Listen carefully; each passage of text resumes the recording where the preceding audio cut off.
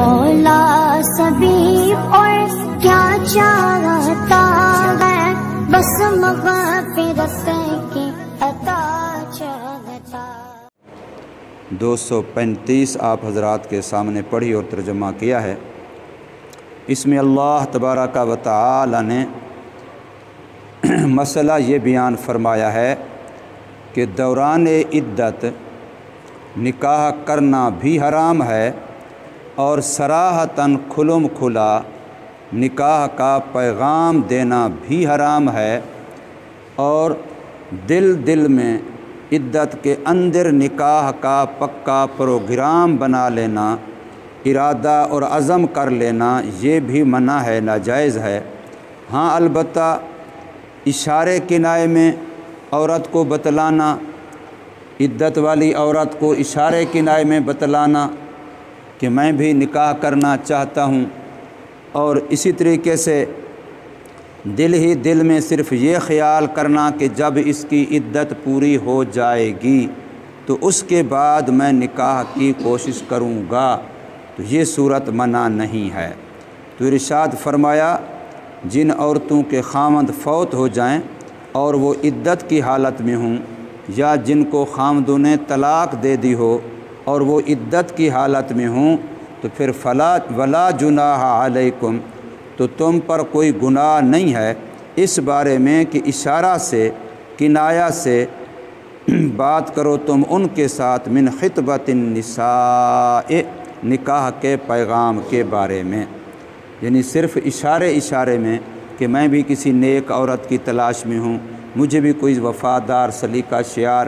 خدمت گزار عورت کی ضرورت ہے، اس طرح کے اشارے میں بات کرنا، اس میں شرعاً کوئی حرج نہیں ہے۔ او اکننتم فی انفسکم، یا اپنے دل میں تم نے خیال کر رکھا ہو کہ عدت گزر جانے کے بعد میں اس عورت کو پیغام نکاح دوں گا، تو اس صورت میں بھی کوئی ناجائز منع نہیں ہے۔ فرمایا عالم اللہ تبارک و تعالی کو معلوم ہے، رب کائنات دلوں کے بھید راز بھی جانتا ہے، اور جو مستقبل میں ہونے والا ہے ہمیں اس کا پتہ نہیں ہے، لیکن اللہ تبارک و تعالی کو اس کا بھی پتہ ہے۔ فرمایا اللہ جانتا ہے انکم ستذکرونہن، کہ بے شک تم عن قریب تذکرہ کرو گے انہی عورتوں کا،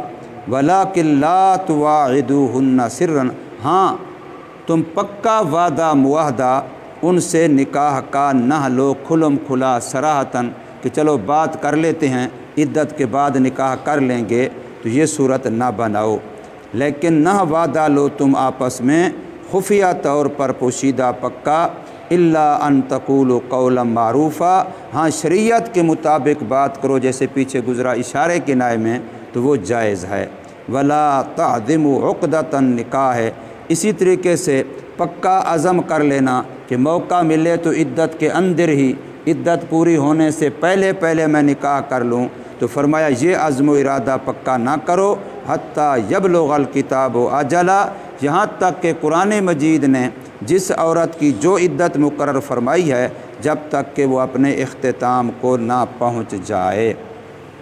باقی تمہارے دلوں میں کس کے دل کے اندر اچھے جذبات ہیں اور کس کے دل کے اندر ناجائز خواہشات ہیں، یہ اللہ ہی جانتا ہے، کیونکہ اللہ دلوں کے رازوں کو، بھیدوں کو، خیالات کو، خطرات کو، وساوس کو جانتا ہے۔ وَاعْلَمُوا أَنَّ اللَّهَ، اور یقین سے جان لو بے شک اللہ یعلم جانتا ہے ما فی انفسکم، جو تمہارے دلوں میں ہے،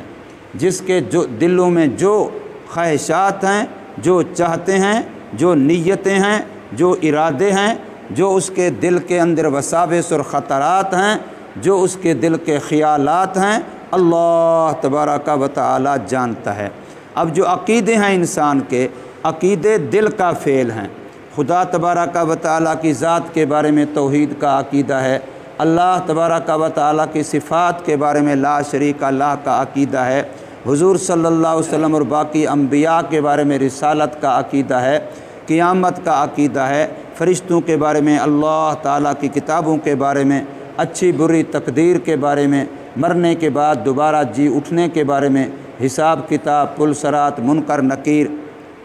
ان ساری چیزوں کے بارے میں جو عقیدے ہیں ان کا تعلق دل کے ساتھ ہے۔ اب کس کے دل میں عقیدہ کون سا ہے، صحیح ہے یا غلط ہے، جائز ہے یا ناجائز ہے، تو وہ اللہ تبارک و تعالیٰ اس کے دل کے خیالات اور عقیدوں کو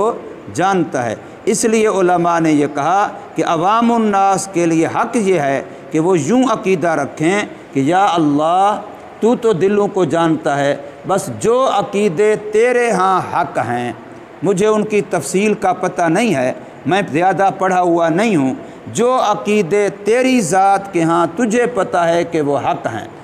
اللہ تعالیٰ تیری ذات کے بارے میں، نبی کے بارے میں، قیامت کے بارے میں، فرشتوں کے بارے میں، کتابوں کے بارے میں، تقدیر کے بارے میں جو عقیدے حق اور سچ ہیں، میں یا اللہ ان سب کو مانتا ہوں، اور جو عقیدے غلط ہیں، جو عقیدے فاسد ہیں، مجھے ان کی تفصیل کا نہیں پتہ، میں ان سب سے برات کا اعلان کرتا ہوں اور تجھے اس برات پر گواہ بناتا ہوں کہ میں ان سے بری ہوں۔ اور اس سے مختصر یہ بھی ہو سکتا ہے کہ جو عقائد اہل سنت والجماعت فرقہ ناجیہ کے ہیں، جو فرقہ یا اللہ تیرے ہاں ہمیشہ حق پر ہے اور نجات ان کے لیے یقینی ہے، جن کو اہل سنت والجماعت کہتے ہیں، جن کو خود رسول اللہ صلی اللہ علیہ وسلم نے حدیث پاک میں ما انا علیہ و اصحابی کہا ہے کہ وہ فرقہ جو میرے طریقے اور میرے صحابہ کے راستے پر ہے، تو فرمایا جو وہ اہل سنت والجماعت کے عقائد ہیں، بس میں ان کی تفصیل تو نہیں جانتا لیکن میں ان کو مانتا ہوں، اور ان کے علاوہ جو عقیدے ہیں جتنے گمراہ فرقوں کے ہیں، شیعوں کے ہیں، مرزائیوں کے ہیں، عیسائیوں کے ہیں، یہودیوں کے ہیں، کمیونسٹوں کے ہیں، دہریوں کے ہیں، جتنے عقیدے غلط فرقوں کے ہیں، یا اللہ ان سب سے میں برات کا اعلان کرتا ہوں، میں ان سے بری ہوں، میرا ان سے کوئی تعلق نہیں ہے۔ تو فرمایا یوں عقیدہ رکھنا ضروری ہے، اس لیے کہ اللہ جانتا ہے، فاحذروہ، جب پتہ ہے کہ اللہ جانتا ہے تو پھر ڈر اور خوف اسی اللہ کا دل میں رکھو، پس ڈرو تم اسی اللہ سے، وَاعْلَمُوا، اور یقین سے جان لو،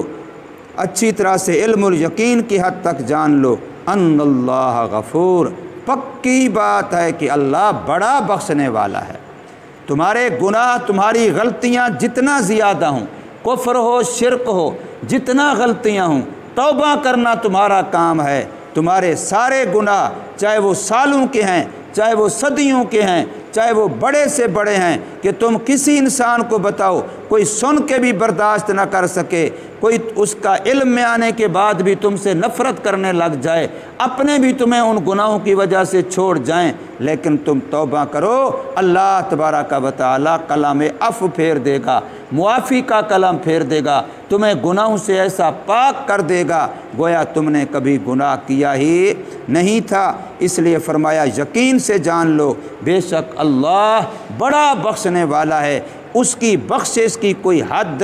کوئی کنارہ نہیں ہے۔ تمہارے گناہ جتنے بھی ہوں پھر بھی ان کی ایک حد ہے، پھر بھی ان کی ایک لمٹ ہے، پھر بھی ان کے لیے ایک کنارہ ہے، لیکن اس کی بخشش کا کوئی کنارہ نہیں ہے۔ اس لیے اس کی مغفرت، رحمت، بخشش اور معافی کے سامنے تمہارے گناہ جو تمہیں سمندروں کی طرح معلوم ہوتے ہیں، اللہ کی رحمت اور اللہ کی بخشش، اللہ کی معافی، اس کے دریاؤں اور اس کے سمندروں کے سامنے وہ تنکے کی حیثیت رکھتے ہیں، قطرے کی حیثیت رکھتے ہیں۔ لیکن وہ ذات اتنی بڑی بخشنے والی بھی ہے اور ساتھ ساتھ حلیم بھی ہے، بڑی بردبار ذات ہے۔ اگر انسان گناہ کرتا ہے، اللہ حوصلہ اور بردباری سے کام نہ لے، فوراً پکڑ لے، تو بد نگاہی کرنے والے کی آنکھیں نکال لے، بد زبانی کرنے والے کی زبان گنگ کر دے، اور گندہ سوچنے والے کے دماغ کو معوف کر دے، گندہ حرام کمانے والے کے ہاتھوں کو شل کر دے، تو اللہ کے لیے کیا مشکل ہے؟ ایک منٹ میں اللہ کر سکتا ہے۔ اور قرآن مجید کے اندر اللہ نے کئی جگہ پر فرمایا لو یؤاخذ اللہ، اگر اللہ پاک گناہوں کا مواخذہ فوری کرنا شروع کر دے تو زمین کے اوپر کوئی انسان تو کیا، کوئی مخلوق بھی نظر نہیں آئے گی۔ انسانوں کے گناہ اتنا زیادہ ہو چکے ہیں کہ ان کے گناہوں پر جو عذاب آئے گا، انسان تو مارا ہی جائے گا اور مخلوق بھی ماری جائے گی، وہ بھی انسانوں کے گناہوں کی وجہ سے زمین خالی ہو جائے گی، زمین کے اوپر کوئی مخلوق نہیں بچے گی اگر اللہ فوری مواخذہ کرنے پہ آ جائے۔ اس لیے فرمایا وہ حلیم ہے، جانتا ہے کہ فلاں گناہ کر رہا ہے، جانتا ہے کہ فلاں حرام کما رہا ہے، جانتا ہے کہ فلاں حرام کھا رہا ہے، لیکن پھر بھی حوصلہ کرتا ہے، بردباری سے کام لیتا ہے۔ آج نہیں تو کل معافی مانگ لے گا، آج نہیں تو کل توبہ کر لے گا، آ جائے گا میری طرف، اس کی رحمت انتظار کرتی ہے، فوری گرفت